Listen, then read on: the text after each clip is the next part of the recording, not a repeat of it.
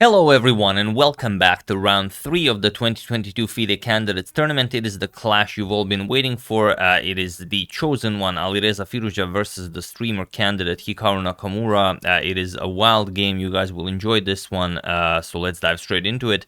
Alireza with the white pieces opens with d4, and this game is basically a story of how to prepare for someone when playing chess. But the problem is, even when you out-prepare someone in the opening, you still prepare for them because you know what they will play. But it is exactly that reason that they play it, that they most likely know the positions that can arise much better than you. So maybe something to consider when preparing for your own games. I wouldn't say that goes for the players playing in the actual candidates tournament, but I've found this to be true on lower levels in chess. So here we have d4 by Alireza, knight to f6 by Hikaru, c4 e6, knight to c3, and the bishop to b4. Everyone's favorite Nimzo-Indian Defense is on the board, and queen to c2. This is the classical variation. Of course, when the bishop captures on c3, we want to be able to capture with the queen and not mess up our pawn structure, even though lately we've seen players go back to the old lines where you just challenge the bishop, play b captures on c3, and so on, and the white having great results with that. But this is the candidates tournament, so only the top engine lines are welcome here. So castles with a3, bishop captures, queen captures, and now pawn to d5 by Hikaru, bishop to g5, and now d captures on c4. The Noah variation, queen captures on c4, and now b6. This is what black is always going for. He wants to develop this bishop with tempo as the queen is on c4, rook to d1, and now bishop to a6 by Hikaru. We have queen to a4 and bishop to h4 now. H6 and bishop to h4 now, and here queen to e7. We have knight to f3 and now rook to d8, and this position is a very well-known one. Hikaru plays this with the black pieces pretty much exclusively, and he had this position against pretty much everyone. He had it against Le Quang Lien, he had it against Richard Rapport, he had it against Shahriar Mamedyarov. He even had this position against Magnus Carlsen, and Hikaru did not have a problem in any one of those games. All of those games ended in a draw, so it's very interesting that Alireza chose this line to play in the candidates against Hikaru.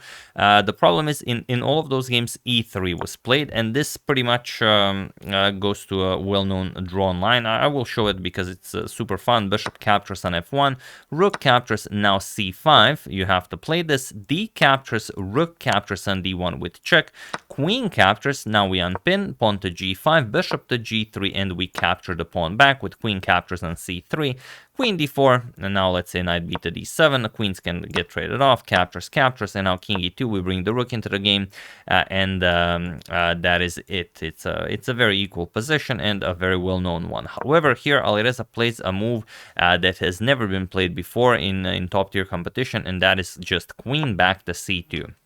And here Hikaru really started thinking, as this is most likely a position he has never seen before, or he saw it at some point because obviously he was analyzing all of those games he played against all of the before mentioned players. But maybe it's somewhere deep behind in all of the lines that he knows.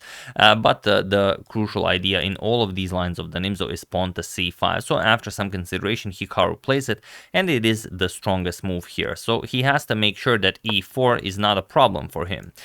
Bishop captures on f1, rook captures on f1, and now not waiting for e5, he first chases away the bishop, and this is what Alireza prepared for him. Knight captures on g5. He sacrifices a piece for the attack, and now you see that there might be some problems here for Hikaru. The queen can enter the attack easily, the rook can be shifted into attack very easily.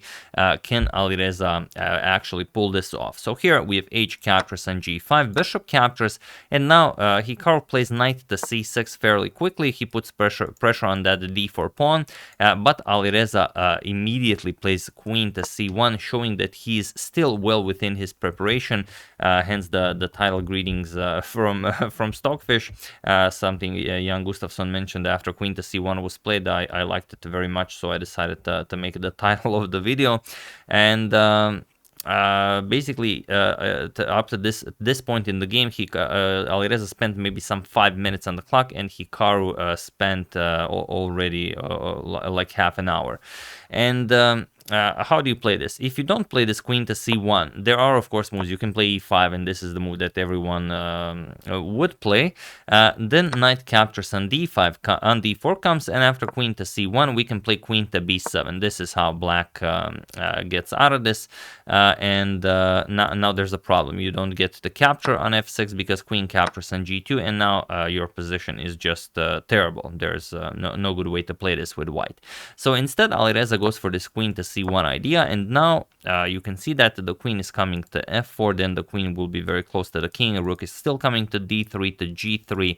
Can Hikaru survive this? Well, what can Hikaru play here? He goes for rook captures on d4, but also e5 is just a very, very impressive move that we have to show. We have to basically show in this position what happens if e5, what happens if knight captures on d4, and what happens if rook captures on d4, as all of the lines are really, really awesome.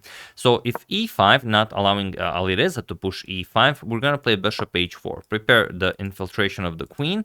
Now comes rook to d6, adding another defender here. Queen to g5 check, king to h7, and now after queen f5 check, king to g7, queen g5 check, king to h7. This is basically a draw, because okay, if you go to f8, then we close the position, and it's still very, very unpleasant for black. Even though black is up material, black is up a full piece, this is not something you want to play, especially against someone who prepared this at home.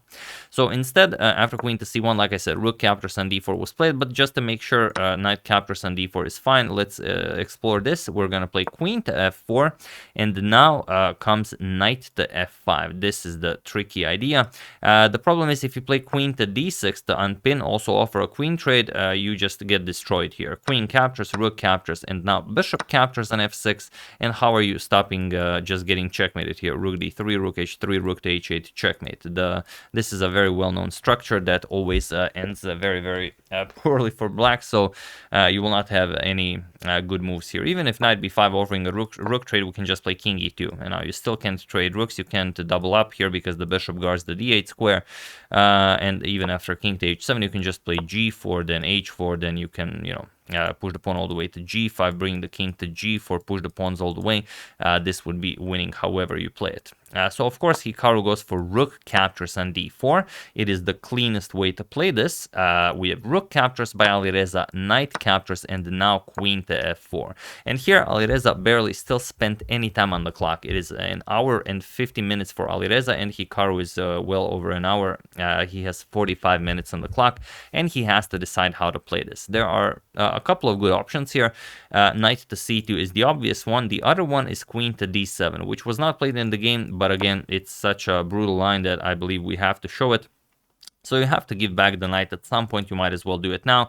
But now, after bishop captures on f6, yes, you are almost getting checkmated, but not quite. Knight to c2 with check, and now king to e2 is the only move for Alireza. Now we're gonna play queen to b5 with check, and after king to d2, we're gonna play queen captures on f1. Grab this rook, and now the thing is, after queen to g5 check, you are not getting checkmated. King to f8, queen to g7 check. You're gonna play king to e8, queen g8 check, king d7, queen captures here with check, king to c6, now queen captures on e6 with check, king to b5, and now there are no more useful checks, so you might as well pick up some material. But now you could, well, you could just start grabbing with queen captures on f2, but best is rook to f8. So really, really a complicated position where white would most likely have to settle for a draw, but it just looks so scary. All of these pawns here with white having, well, just a very, very nice position. For example, king a6, you're going to play e5, start pushing the pawn, but now queen captures on g2, and now the pawns also start falling. You're definitely not winning this with black, but you might lose this with black. So Hikaru decides against this queen to d7 idea. He plays knight to c2 check right away, king to d1, and now queen to d7 with check. This is how he gives back the piece. So now king captures on c2 has to be played. You have to settle for this knight, not this knight. And now queen to a4 with check, ensuring the capture of the e4 pawn. So king to b1, queen captures on e4 with check, queen queen captures, knight captures, and now Alireza plays bishop to f4. So even though all of these moves have been played, this is already move 25. Alireza immediately plays bishop to f4. He doesn't go for bishop to e3, which is the normal looking move, showing that he is still well within his preparation. He has an hour and 50 minutes on the clock, and Hikaru is down to 28 minutes. And now you could consider starting to push your pawns in light squares, because Alireza does have a dark square bishop, or you could start activating the rook, but Hikaru first remaneuvers the knight. He wants to bring the knight to d5. We have h4 by Alireza and knight to d5. We have bishop to d2, nicely controlling all of the squares that the knight can use on this half of the board, and now pawn to f5. Now Hikaru starts playing a little bit faster with g3, king to f7, and rook to h8. Sorry, f3 by white, and rook to h8, and now not allowing g4 because the h-pawn hangs. And if you play rook to h1, we're just going to play rook to g8, putting pressure on the g3 pawn. So this is not the way to go. So Alireza plays bishop to g5 first, and now we have pawn to c4. You could also play pawn to e5, just grabbing all of this space here. Hikaru decides for pawn to c4 instead, and now again, how do you continue? Also, instead of c4, sorry, I forgot to mention this, f4 is incredibly potent if you're not careful. So it's a pawn sacrifice, but one that pretty much solves all of your problems. Because, okay, if bishop captures, you're just going to capture everything and then capture on h4. But if pawn captures, it's a temporary pawn sacrifice. But now the knight is the master of the board. Knight e3 attacks the rook. Let's say rook e1, knight f5 now. We're going to go after the pawn here. If rook to h1, knight d4 now. We go after the f3 pawn. Let's say h5, just rook g8. We don't care about the pawn, and we've taken care of the situation on the king side. You can even allow this pawn to be pushed all the way. Let's say king to c1, king to g6, and we have everything taken care of. We can always capture here. It's not a problem. It's just a very, very cool way to play this. But okay. Like I said, c4 was played in the game, and now we have pawn to g4, allowing this pawn push. We have b5 and rook to d1 now, preparing to capture here, so Hikaru will not be able to capture back as the knight would hang. So f captures and g4, f captures, and here pawn to a5 by Hikaru. Alireza still with over an hour on the clock, and Hikaru down to 15 minutes on the clock, and of course pawn to h5. Alireza continues pushing, and now comes rook to g8 by Hikaru, giving Alireza some very, very good chances here. The way to play this to, just to engine perfection is pawn to b4, but that's usually the move that you have to play. Point is now, okay, what do you play? Let's say rook to f1 check, king to g7, now bishop to c1. We have to move the bishop to start pushing our pawns.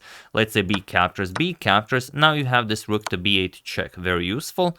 King to c2, and now rook to b3. This is how you can very easily infiltrate here. And if h6 check, we're going to play king to g6. If rook h1, king h7, and if g5, we're going to play rook to g3, stopping pawn to g6, because we would very gladly sacrifice this to get the pawn to h7. So this is also one way to play it, getting rid of the b pawn, so you can make this a round trip with the rook. But here rook to g8, attacking the bishop, and now comes rook to f1 with check, king to e8, and now there comes a move that most likely Hikaru missed when he decided to go for this line. Otherwise, he most likely would have gone for that b4 line. That allows Alireza excellent winning chances. So feel free to pause the video and try to spot this move while I give you a couple of seconds.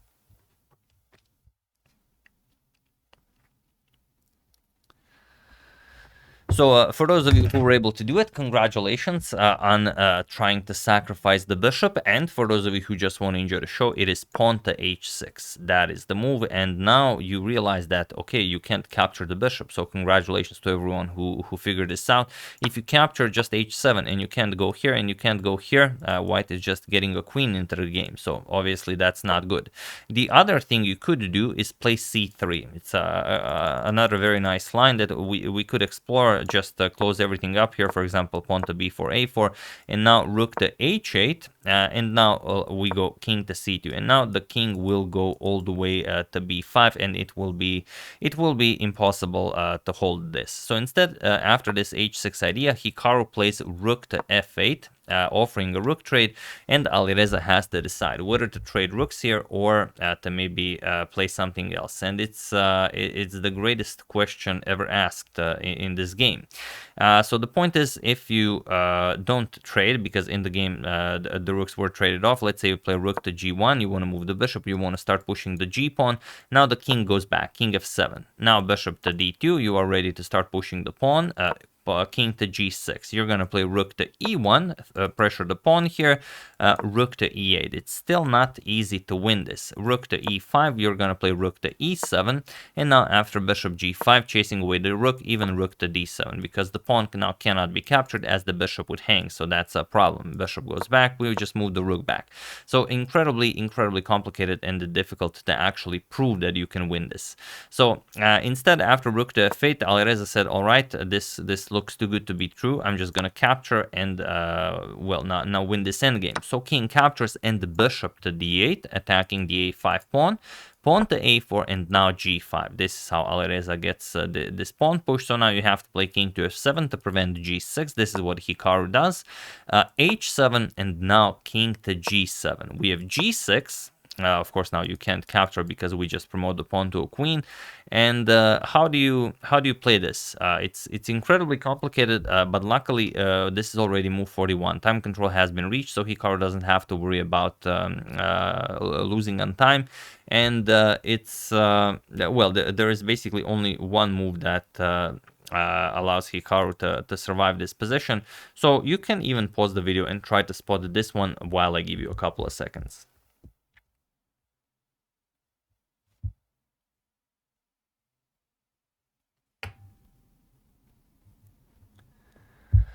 So for those of you who were able to do it, congratulations on not doing anything weird like playing king to h8. And for those of you who just want to enjoy the show, it is pawn to c3. This is what Hikaru played, and this is the way to go. The problem is you don't really have all that many moves here. Let's say you play knight to e3. It looks like a very reasonable move. Why wouldn't you play this? The problem is bishop f6, and Hikaru resigns. You guard the h8 square, and if the bishop is captured, you just bring a queen into the game.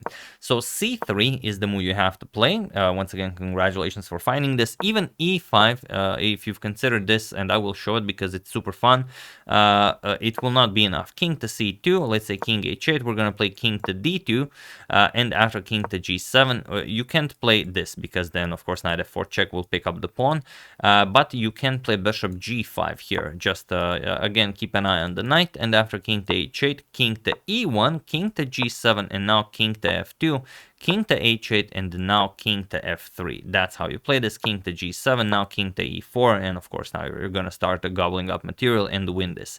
So you have to go all the way around, but in the end you will reach your destination. So c3, the move that Hikaru played, is the absolute best and only move. B captures on c3. Alireza spent a whole lot of time calculating this because here I believe Alireza figured out that he might not have winning chances in this game after all, and he spent also like an entire hour calculating this move, and he played b captures on c3, and now knight captures with check. King c2, we have knight back to d5, and now bishop to g5. And there is quite a lot to calculate here because you really have to play this to perfection. Again, there is no good move here for black. There is only one move for black that doesn't lose, and it is of course pawn to e5. Without this move, you are just dead lost. So Hikaru plays this. Now comes king to d2. Again, you don't want to play king to d3. Then knight f4 check is very strong, where you either trade the bishop, which isn't all that great because then the white king will have to go after the pawn. It will be too far away from the action, and then just before you sacrifice the pawn and push the a pawn to victory. So instead, king to d2 was played. Now comes king to h8. And also, yeah, okay, we have to mention that maybe you don't have to play this, but maybe what about something like bishop to c1? also seems like a very good idea. Why not just go after the pawn this way? Also seems winning. Knight f4 now is very strong again, because you don't have the bishop here to go for this tactic that we've discussed. And now after bishop b2, knight captures and g6 guards the e5 pawn. That's the problem. So okay, instead, king to d2 by Alireza, king to h8 by Hikaru, now king to e1, and again, only one move that doesn't lose for Hikaru, and Hikaru plays it. If you play e4 here, now bishop to c1 is just game over. The bishop comes to b2 and you resign. However, after king to e1, only a move that doesn't lose is, of course, pawn to b4. This is what Hikaru plays. He creates a passed pawn of his own. A captures on b4, and now pawn to a3. We cannot waste time. We have to force Alireza to bring the bishop all the way back to b2. So bishop to c1, we're going to play knight captures on b4, now giving up this pawn, but now we have a very easy draw. King to d2. You could also capture the pawn here, but then knight to d3 check, or knight to c2 check can pick up the bishop, but still it's going to be a draw. So instead, king to d2, we have knight to d5 now by Hikaru, and the bishop captures on a3. We have knight to f4 now going after the pawn, and now you don't have a good continuation. Bishop b2 was played, knight captures with check, bishop captures on e5, but now the pawn is no longer defended, but also just knight captures on e5, king to c3, king captures on h7, and it was in this position on move 53 that a draw by insufficient material occurred on the board, and so the players each grab half a point. So really a powerful game, really an enjoyable one, showing you that how well you can prepare for someone. But like I said in the beginning, Hikaru had this position against all of these amazing players, against Rapport, against Lequang Liem, against Mamedyarov, against Magnus Carlsen, and even though Alireza prepared this truly poisonous queen to c2 line, it was not enough to throw Hikaru off guard. He defended perfectly, and he played the game to perfection, from middle game to all of the complications to the end game, finding the only moves that don't lose, and well, very impressive stuff. Alireza will not be happy, I believe, with his game with the white pieces, but you know, the problem is this queen to c2 move. No one plays this, and Hikaru of course knows this position very well, and he knows that queen to c2 is a bad move, or not a bad move, but just not giving white all that much. So he only needs to invest time to find it. And it was a gamble Alireza tried, whether Hikaru will find it, or, you know, maybe he will drop too low with time that he will not be able to finish the game. But Hikaru spent his time wisely, and he was able to, you know, just do all the work, and, you know, play a perfect game basically. So yeah, that's the game. Hope you guys enjoyed it. We're gonna cover at least one more game from round 3, and then we are going to finally show the standings. I usually show the game standings after 3 games have been played in a tournament. So that's how we're gonna do it later on. Maybe you know, in the second half of the candidates, we're gonna show after every round. But for now, I don't think it's necessary. So yeah, once again, really hope you enjoyed it. Really beautifully played by both of them. I would like to thank Andrew Lostova, Johan, Derek King, Aravind Kumar Vendeli, and for your contribution to my channel. Thank you a lot. I really appreciate it. As usual, you can check 2 of my previous videos here. Thank you for watching, and I will see you soon, continuing the coverage of the candidates until it finishes. So thank you all. I will see you soon, and have an excellent rest of your day.